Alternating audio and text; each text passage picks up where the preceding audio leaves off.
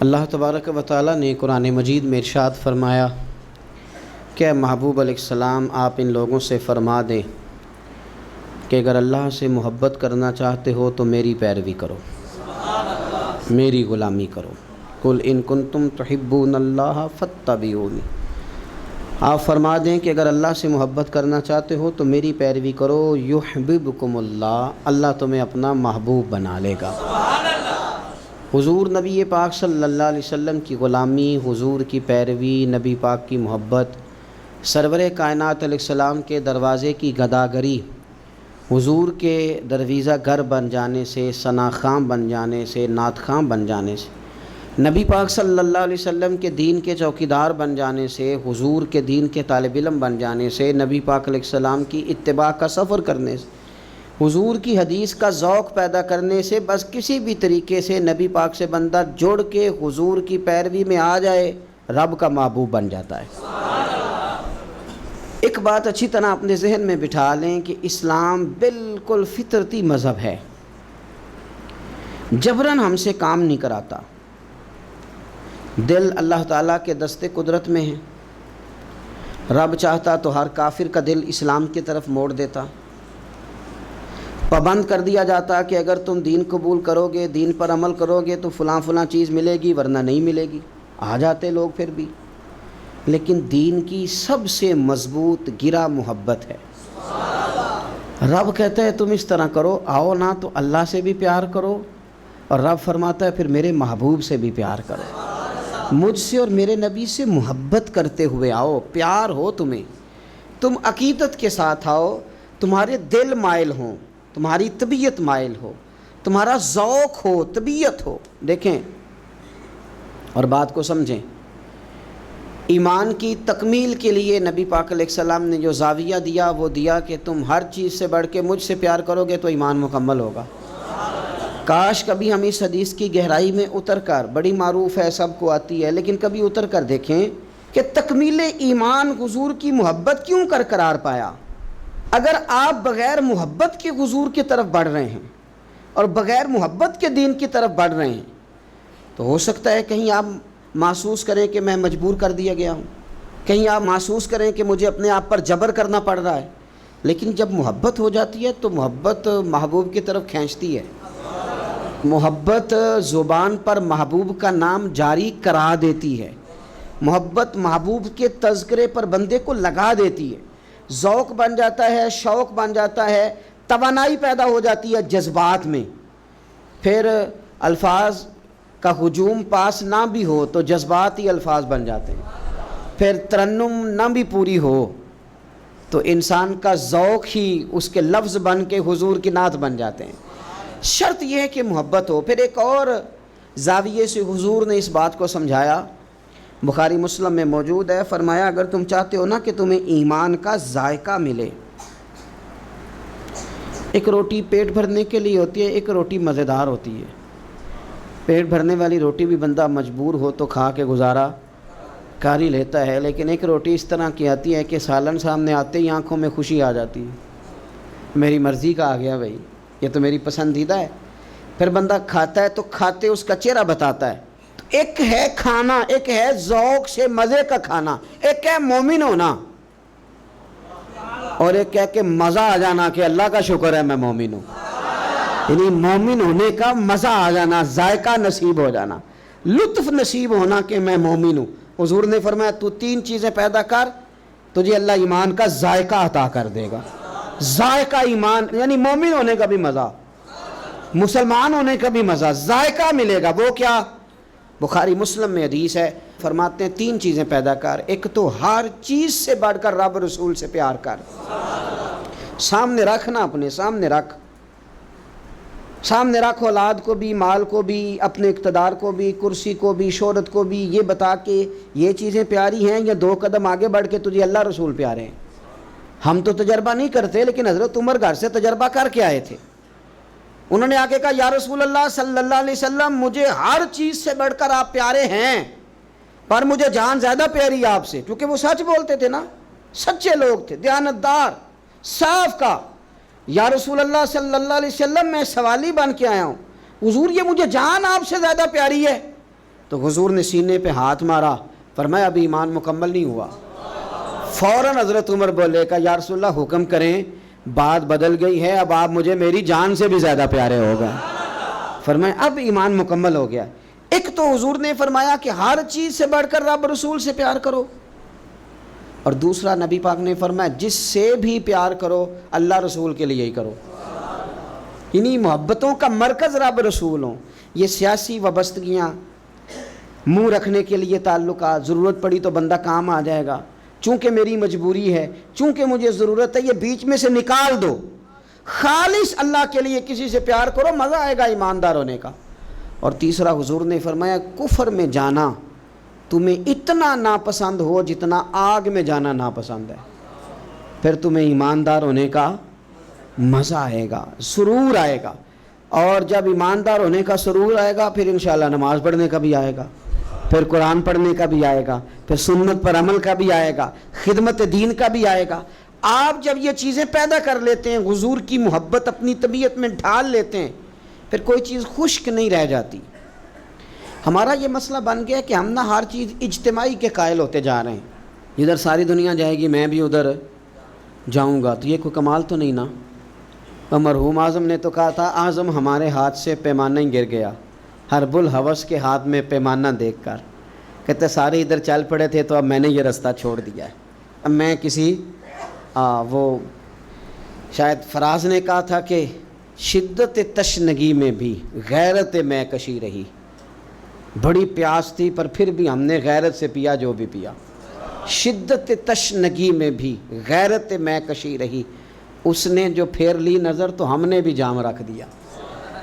تو ساری دنیا جا رہی ہے تو پھر ہم نے جانا ہے، یہ تو بات ہی ٹھیک نہیں بھائی۔ اب سارے چونکہ کہہ رہے ہیں یکم ربیع الاول سے 12 ربیع الاول تو اظہار محبت کرنا ہے تو ٹھیک ہے میں بھی کر دیتا ہوں، یہ محبت جو ہے نا، محبت موسموں کی پابند ہے، یعنی یکم محرم سے 10 محرم تک محبت اہل بیت آپ کریں تو محبت اہل بیت تو ایمان ہے، آپ فقط یکم سے 12 ربیع الاول تک ذکر کریں تو یہ تو ایمان ہے۔ محبت یہ تو ہر وقت ہونی چاہیے تھی۔ اجتماعی محبت کا ماحول جو ہم بناتے جا رہے ہیں نا کہ اب ساری دنیا یہ بات کر رہی ہے تو لہذا میں بھی کروں تو یہ ٹھیک نہیں۔ کیوں؟ اس لیے کہ سارا مکہ جب مخالفت کرتا تھا اور معاذ اللہ ثم معاذ اللہ طرح طرح کی باتیں کرتا تھا، اس وقت عشق کے سب سے بڑے پیغامبر بن کے حضرت صدیق اکبر کھڑے ہو گئے تھے۔ انہوں نے بتایا تھا کہ محبت معنیوں الفاظ میں آیا نہیں کرتی، اور یہ وہ شے ہے جو لفظوں میں سمایا نہیں کرتی۔ ہم کیا اس کو اس طرح پابند کریں گے کہ پہلے سارے پیار کریں تو پھر ہم نے کرنا؟ نہیں، کوئی کرتا تو نہ کرے نا، ہمیں تو پیار ہو گیا ہے مدینے والے سے، ہو گیا ہے تو بس ہو گیا ہے۔ ان لوگوں نے ہمیں بتایا ہے کہ یہ اس طرح کا ماحول نہ بناؤ کہ اب ساری دنیا چل رہی ہے تو میں نے بھی چلنا ہے۔ حضور کی محبت ایمان ہے۔ محبت جو ہوتی ہے نا وہ تو ڈھال دیتی ہے بندے کو، کچھ چیزوں پر مجبور کر دیتی ہے۔ حضرت عتبہ رضی اللہ تعالیٰ عنہ فرماتے ہیں ایک سادے سے، خوبصورت سے، میٹھے سے، تھوڑے جملے بولنے والے صحابی، کچھ لوگ اپنی سادگی میں مست رہتے ہیں، وہ بالکل ایسے نہ یکدم حضور کے سامنے کھڑے ہوئے آ کے تو عرض کرتے ہیں یا رسول اللہ صلی اللہ علیہ وسلم طبیعت مبارک ٹھیک ہے، چہرے پہ کمزوری ہے؟ تو محبوب نے فرمایا میں نے کچھ دنوں سے کھانا نہیں کھایا، فقر اختیاری ہے میرے نبی پاک کا، یہ دو جہاں کے شاہ ہیں، بس پاس کچھ رکھتے نہیں، اختیاری فقر ہے، بس کھجور پانی پہ گزارا ہے، کئی دنوں سے کھایا نہیں۔ صحابی نہ دوڑے گئے گھر میں، ٹٹولا سارے گھر کو، کوئی چیز نہیں ملی کھانے کی۔ دوست احباب سے پوچھا، کوئی چیز میسر نہ آئی۔ بنو قریظہ یہودیوں کا علاقہ تھا، ان کے باغات تھے، پہنچ گئے، ایک شخص سے جا کے کہا مزدوری ملے گی؟ لگا جدوں میدان ازل دا تے لوکی چورا وانگ سدھائے، کسی نے لوٹ لئی علم دی دولت تے اس ہاسے چولی پائے، آ سجنا ویکھ جہالت ساڈی، اسی عشق خرید لے آئے۔ کوئی مزدوری ملے گی؟ اس نے کہا ہاں، کچھ درختوں کو پانی دینا ہے، مزدور آیا نہیں، تو پانی بھی ذرا کنویں میں گہرا ہے، اگر ایک ڈول پانی کا نکالو تو ایک ڈول کے بدلے ایک کھجور دوں گا۔ صحابی نے جھولی اپنی پھیلائی کھجوریں ڈالنے کے لیے، ایک ڈول پانی کا نکال کے وہاں رکھتے، ایک کھجور جھولی میں ڈالتے، ایک ڈول نکال کے رکھتے، ایک کھجور جھولی میں ڈالتے۔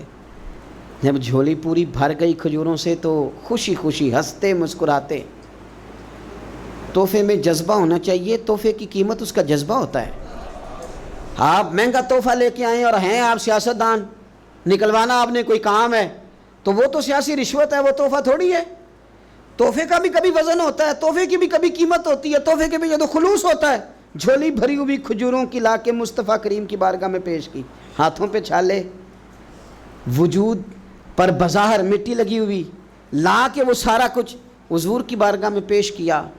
کریم محبوب نے کھجور اٹھائی, اٹھا کے کھائی, اور کھاتے ہی آنکھوں میں آنسو آئے. فرمایا تجھے کس نے مجبور کیا تھا یہ کام کرنے کو؟ کس نے مجبور کیا؟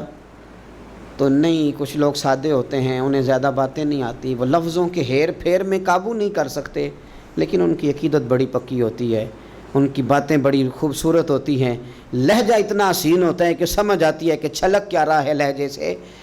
کس چیز نے مجبور کیا؟ تو لمبی بات کوئی نہیں کی, کہنے لگے حضور سادی سی بات ہے, ہمیں کون مجبور کر سکتا ہے, ہمیں تو آپ کی محبت نے ہی مجبور کیا ہے. بس یہ محبت ہے نا, پیار ہو گیا نا, یہ پیار ہو گیا تو بس نکل گئے, دوڑ آئے, اس محبت نے مجبور کیا, چلا گیا. خوشخبری نہیں, جو بظاہر خوشخبری ہوتی ہے وہ نہیں حضور نے سنائی, بلکہ نبی کریم نے فرمایا پھر تیاری کر, اگر تو محبت کرتا ہے تو پھر فقر کے لیے تیار ہو, پھر مشکلات کے لیے تیاری کر, کیونکہ جو مجھ سے محبت کرتا ہے نا اس کی طرف تو فقر یوں آتا ہے جس طرح گہری زمین پر سیلاب آتا ہے. پھر تو تیاری کر, پھر تیاری کر. میرے رسول پاک کے غلاموں نے نا حضور سے پیار کیا اور صحیح والا کیا. میں پھر کہہ رہا ہوں, اور بات جہاں سے میں نے شروع کیا میں وہیں پہ ہوں, اجتماعی محبت نہیں کہ اب سارے چل رہے ہیں تو چلو میں بھی, یہ والا انداز نہیں. بس محبت ہو گئی, بس پیار ہو گیا, یعنی غلامی کر لی. اس طرح نہیں کہ اب چونکہ سارے کہہ رہے ہیں, یعنی تعریف تو وہ ہوتی ہے کہ جب کوئی نہ کرے تو پھر بندہ اٹھ کے کرے. یعنی پیار تو وہ ہوتا ہے کہ جب کوئی دعویٰ نہ کرے تو بندہ کہے نہیں یار شخصیت پیار کے قابل ہے, پھر بندہ پیار کرے. صحابہ کرام علیہم رضوان کا جو انداز ہے نا, وہ سوسائٹی کو دیکھ کر نہیں بنا, وہ معاشرے کو دیکھ کر نہیں بنا, حالات کو دیکھ کر نہیں بنا, بلکہ ان کی روح نے گواہی دی کہ مدینے والے سے پیار کرنا چاہیے, حضور سے محبت کرنی چاہیے. دیکھیں جنگوں کے دنوں میں نا, جنگوں کے دنوں میں شاعریاں نہیں ہوتی. جب فوجیں سرحدوں پہ کھڑی ہوں تو پھر غزلیں نہیں کہی جاتی. جب حالات پورے عروج پہ ہوں تو پھر اس طرح کی کیفیات تھوڑی ہوتی ہیں. پورے حالات ہمیشہ صحابہ کے لیے تیار رہے, کبھی منافق, کبھی کافر, کبھی کوئی, کبھی کوئی, کبھی کوئی, ہر وقت وہ تیار رہے لڑنے کے لیے. لیکن ان سارے رنگوں میں ان کی محبت جوان رہی, جنگیں بھی لڑتے رہے, حضور کی نعتیں بھی پڑھتے رہے. منافقوں کے ساتھ ان کے معاملات بھی چلتے رہے اور نبی پاک کی تعریفیں بھی ہوتی رہیں, جنگوں کے تبصرے بھی ہوتے رہے, لیکن بیٹھ کے نا تو حضور کے حسن کا ذکر بھی ہوتا رہا. ایک صحابی نے کہا کہ نبی پاک علیہ السلام کا چہرہ نور تلوار کی طرح روشن تھا نا. تلوار بالکل جب نئی تیار ہو کے آتی ہے تو بڑی روشن ہوتی ہے, روشنی کے سامنے کریں تو عکس پڑتا ہے اس کا, اس میں سے بھی شعاعیں نکلتی ہیں. تلوار کی طرح تھا. دوسرے کا نہیں بالکل نہیں, تلوار کی طرح نہیں, حضور کا چہرہ تو چاند کی طرح روشن تھا. یعنی وہ ساری باتیں اپنی جگہ پہ. وہ جو ہم چاہتے ہیں نا کہ ہم پیار کریں گے فارغ ہو کے, ہم محبت کریں گے بچے بیاہ کے, ہم سارے کام کر کے تو پھر آئیں گے نعت شریف پڑھنے, یہ نہیں. او خدا کے بندے, وہاں سارا کچھ ہوتا رہا اور ساتھ حضور کا تذکرہ بھی ہوتا رہا. سارا کچھ آزمائشیں, پریشانیاں, ہر چیز اپنی جگہ موجود رہی, پر حضور کی نعت میں کوئی کمی نہیں آئی. انہوں نے نا حضور سے جو پیار کیا تو اس پیار میں جو خاص ان کی ادا تھی. دیکھیں اس دور کا سب سے بڑا مسئلہ غلامی تھا. آج بھی مسائل ہوں گے, ہمارے ہاں سب سے بڑا مسئلہ پیسہ ہے, تو لوگ سمجھتے ہیں کہ بس کسی طریقے سے یہ آ جائے تو شاید باقی سارے مسئلے حل ہو جائیں. حالانکہ کسی پنجابی شاعر نے کہا تھا کہ دل دے اندر وسن والا مالک یہ مہمان نہیں ہوندا, تے چوکھا رزق بھی جوڑ لئیے تے بانج نصیبوں کھان نہیں ہوندا. لیکن بعض لوگ سمجھتے ہیں کہ شاید سارا کچھ پیسہ ہی ہے اور اسی میں وہ باتوں کو تولتے رہتے ہیں, اسی میں سارا کچھ کرتے رہتے ہیں. اس دور کا سب سے بڑا مسئلہ غلامی تھا، اور غلام بکتا تھا اور پھر اس کے بچے بکتے تھے. تو جب کوئی غلام آزاد ہوتا تھا نا تو وہ سمجھتا تھا کہ اب تو میں دنیا میں آ گیا ہوں. آزادی ایک بہت بڑی نعمت ہے، بہت بڑی نعمت. بندہ جب آزادانہ گھومتا ہے نا، دیر کے بعد ایک قول پڑھا حضرت علی کا، شاید پہلے پڑھ لیتے تو کچھ سوچیں اور ہوتی. آپ نے فرمایا تھا اسے مبارک ہو جسے تھوڑے لوگ جانتے ہیں، اسے مبارک ہو. ایک وقت ایسا آتا ہے کہ انسان تو اپنی مرضی سے اپنے دوستوں کے پاس بھی نہیں بیٹھ پاتا، وہ تو اپنی مرضی سے گھوم پھر بھی نہیں سکتا، ایسے حالات اس پر آتے ہیں. آزادی ایک بہت بڑی نعمت ہے زندگی میں، اسے سمجھیں. تو اہل عرب کے ہاں غلام کا آزاد ہونا اتنی بڑی نعمت تھی کہ وہ بندہ سمجھتا تھا دنیا میں ہی آ جایا ہوں. حضرت زید بن حارثہ نبی پاک کے غلام ہیں. بچپن میں کسی نے اغوا کیا، مکے لا کے بیچا، اور پھر حضرت خدیجہ الکبریٰ رضی اللہ تعالی عنہا کے ذریعے حضور کی بارگاہ تک آ گئے. ان کے والد اور چچا اور ایک روایت میں ان کا بھائی پیسے لے کے حضور کی بارگاہ میں آئے. کہا ہمارا بیٹا آپ کے پاس ہے، یہ پیسے لے لیں، ہمیں دے دیں، ہم نے لے کے جانا ہے. تو نبی کریم صلی اللہ علیہ وسلم نا بات سن کے مسکرائے. کچھ مسکراہٹیں بڑی معنی خیز ہوتی ہیں. حضور مسکرائے، فرمایا میں زید کو بلاتا ہوں، اگر وہ تمہارے ساتھ جانا چاہے تو یہ پیسے تم ساتھ اپنے پاس رکھو، ایسے مفتی لے جانا اگر جانا چاہے. تو حضور تو مسکرا رہے تھے نا، لیکن انہیں ابھی اس بات کا پتہ نہیں تھا، وہ ابھی اس رستے کے مسافر نہیں تھے. وہ کہنے لگے جی یہ کیا بات ہوئی، وہ غلامی نہیں چھوڑنا چاہے گا، کیونکہ غلامی تو سمجھتے تھے کہ جی یہ ہی آج ہیں جب آزاد ہو گئے، جی وہ جانا نہیں چاہیں گے، یہ کیا بات ہوئی. تو حضور نے فرمایا میں بلاتا ہوں نا، جانا چاہے تو لے جاؤ. اللہ کے رسول صلی اللہ تعالیٰ علیہ وسلم نے بلایا، جناب زید بن حارثہ آئے، فرمایا والد اور چچا آئے ہیں. یہاں ایک روایت میں تمہارے بھائی آئے ہیں. دوڑ کے گئے، بڑے زمانے سے ملے ہوئے تھے، بڑا روئے، بڑا پیار، بڑی باتیں، بیٹا تیری ماں یاد کرتی ہے، تیری بہنیں بلاتی ہیں. تیاری ہو گئی. اب جب تھوڑا سنبھلے نا تو حضور نے دھیمے لہجے میں کہا زید یہ تمہیں لینے آئے ہیں، اگر تم جانا چاہو تو میری طرف سے پابندی کوئی نہیں. کون نہیں گھر جانا چاہتا، کون نہیں آرام کرنا چاہتا. 2-3 دن بندہ باہر رہے نا تو وہ گھر لوٹ کے آئے تو اس کا دل کرتا ہے کہ آج نیند سکون کی آئے گی. ہم گھومتے ہیں پاکستان میں تو لوگ کہتے ہیں رات رہ جاؤ، زیادہ اصرار کریں تو پھر میں کہتا ہوں یار اپنے بیڈ پہ ہی نیند آتی ہے، تمہیں کیا بتائیں. گھر کون نہیں جانا چاہتا، اپنے بہن بھائیوں سے کون نہیں ملنا چاہتا. قرار ہی سارا وہاں ہے، سکون اور راحت ہی وہاں ہے. اس کی تو خواب کبھی آ جائے بندے کو اپنے گھر کی تو وہ خواب بڑی تسلی دے جاتی ہے. تو حضرت زید سے حضور نے فرمایا جانا چاہو تو چچا کا تو خیال تھا نا کہ یہ دوڑ لگا دے گا، یہ بھاگ جائے گا. گھر قریب آتا ہے تو حضور بھی سواریاں، مدینہ قریب آتا تو تیز کر دیا کرتے تھے، تو یہ تو دوڑے گا. لیکن جب کہا نا جانا چاہو تو چلے جاؤ تو حضرت زید دور کھڑے تھے، دوڑ کے آ کے حضور کے پیروں میں بیٹھ گئے. کہنے لگے سونے ہاں اماں بڑا پیار کرتی ہے، بہنیں انتظار کر رہی ہیں، پر آپ کو چھوڑ کے کون جائے. حضور آپ کو چھوڑ کے چلا جاؤں، یعنی آپ کو چھوڑ کے.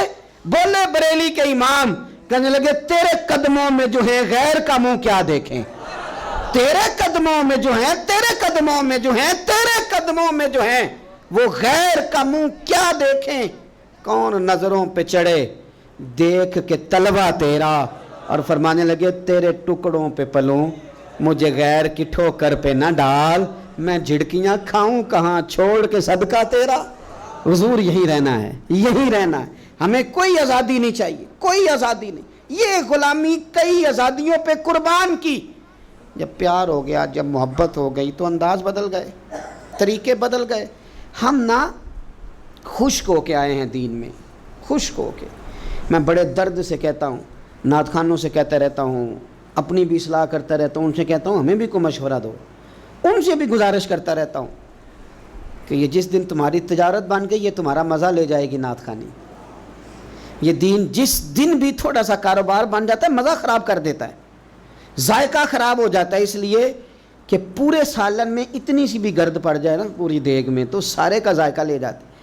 اگر حضور سے خالص پیار کریں گے، خالص محبت کریں گے تو وہ جو ذائقہ ہے نا، وہ جو حسن ہے، وہ آخری دن تک قائم رہے گا، آخری دن تک وہ ذائقہ لیے پھرے گا انسان کو، وہ زندگی کو تازہ رکھے گا، طبیعت کو تازہ رکھے گا، مزاج کو ٹھنڈا رکھے گا، قرار دے گا آپ کو، آپ سکون میں رہیں گے۔ حضور سے محبت کریں اور اپنا ذوق بنائیں، سیرت پڑھیں، ایسے لوگوں کی بات سنیں، ایسے لوگوں کی نعت سنیں جو حضور کی تعریف کرتے ہیں، تاکہ ہمارے دلوں میں حضور کا پیار بیٹھے۔ ایسی مجالس میں جائیں جہاں حضور کا ادب، تعظیم، توقیر، نعت سکھائی جاتی۔